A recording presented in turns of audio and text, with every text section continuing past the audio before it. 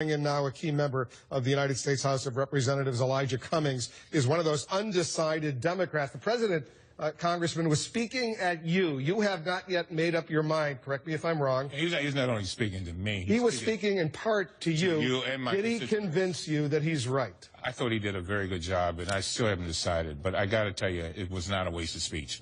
As a matter of fact, I told the president he needed to make this speech. I thought he made a great moral argument. This whole idea that our troops could be gassed, that is very significant. I mean, you don't hear that too often. That's real. I mean, in other words, it would be unfair warfare. But, what I wanted the president to do, and I think he did it, was to tell us why this is in the national security interests of the country. I thought he did a good job. And I like the fact that he acknowledged Iraq. I told the president when he came to the Congress, he did not only come to us, he came to our constituents.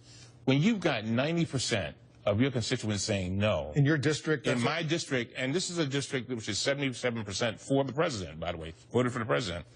You've got to address my constituents too. And other members of Congress are in the same place. And the other thing that he did was, there's a question of what are the objectives.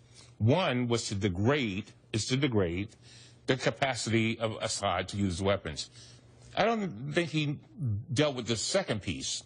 If he does not completely degrade his capacity, then what truly is deterrence? And I think he kind of hit on it, but I would have liked for him to expand. What else does he need to do to convince you, a great supporter of his, got to show me that you will vote in favor of this authorization? He's got to make it clear to me, and I thought he did a pretty good job here tonight, that this is not going to mushroom into something else. My constituents are tired of war. I mean, they are painfully tired. They saw what happened to Iraq. We went to Iraq on some untruths. This is what they tell me. Not only did we go on some untruths, but then we spent $1 trillion. We lost men and women. The first person to be killed in Iraq was from my district. And so they want to know that it's not Iraq. Did you vote to authorize the war in Iraq? No. You voted against it. That's right. And so your inclination is to vote against any military authorization? Not necessarily. Not necessarily. The one thing that we were elated about today was this Russian proposal. And I understand what the president is doing. The president is saying, okay, and we need to give the president credit. They wouldn't be talking. These Russians wouldn't be talking if it were not for the president who made a decision. Keep in mind, he made a decision to go in. And then he said, I want to bring the country with me.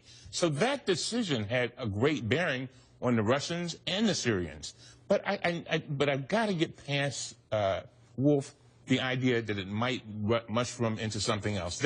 And that's the uncertainty. In other words, there would be unintended consequences. That's right. And there could be an escalation of this war. And once again, U.S. troops would be on the ground. 11 years, $1 trillion, people killed. That's what our folks are worried about. And I think that's the worry, whether it's a Republican district or a Democratic district. To be frank with you, in my district, I've only talked to maybe 3 or 4 people out of probably 2,000 or 3,000 who said that they're for this. But you think folks who watch the president would be impressed? I think he would. I think he probably swayed some people. But, when you've got the backdrop of Iraq, when you've got a Colin Powell, who people trust, I mean, one of the most trusted men in the world, to come with inaccurate information.